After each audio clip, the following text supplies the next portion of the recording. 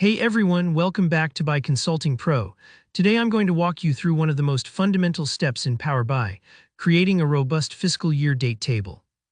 This is a super useful skill, whether you're managing sales data, tracking performance, or just trying to make sure your reports reflect your unique business calendar.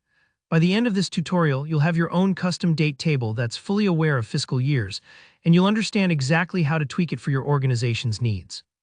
Alright, let's jump right in. Go ahead and open Power BI Desktop. Now look over to the Modeling tab at the top. This is where all the magic happens for managing your data model. Click on New Table. You'll see a formula input pop up. This is where we'll write the DAX expression to generate our date table automatically. No more clunky spreadsheets or manual entry. Here's the formula you'll enter. It might look a little intimidating at first, but don't worry, I'll break it down as we go. Fiscal year date table equals ADDCOLUMNS. Calendar date 2021 1 date 2025 12/31. Year date. Month number month date. Month name format date MMMM. Quarter Q and format date Q. Year month format date YYYYMM.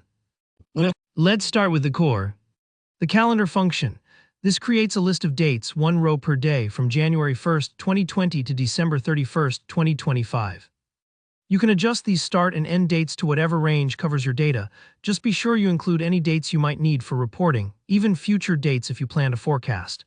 Next comes ADDCOLUMNS. Think of it like you're building a more insightful calendar.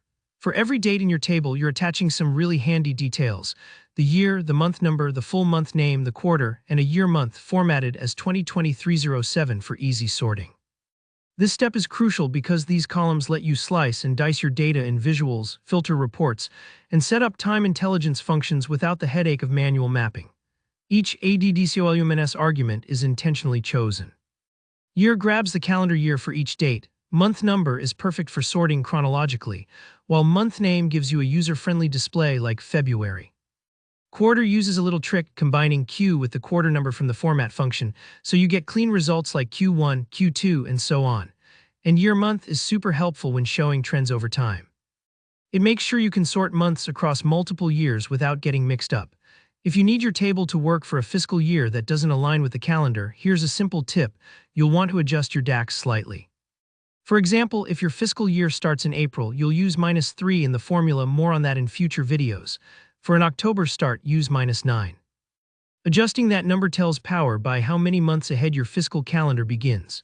This way, your reports always reflect your business's actual cycles, so your comparisons and growth figures are spot on. Once you've entered this formula, give it a moment to process, especially if you're covering a large date range.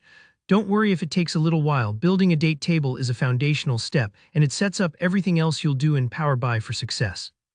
And there you go, you've built a dynamic fiscal year date table that you can reuse in projects again and again. If you ever need to update your dates or adjust for a new fiscal year, just tweak those formula parameters. It's super flexible. Thanks for following along.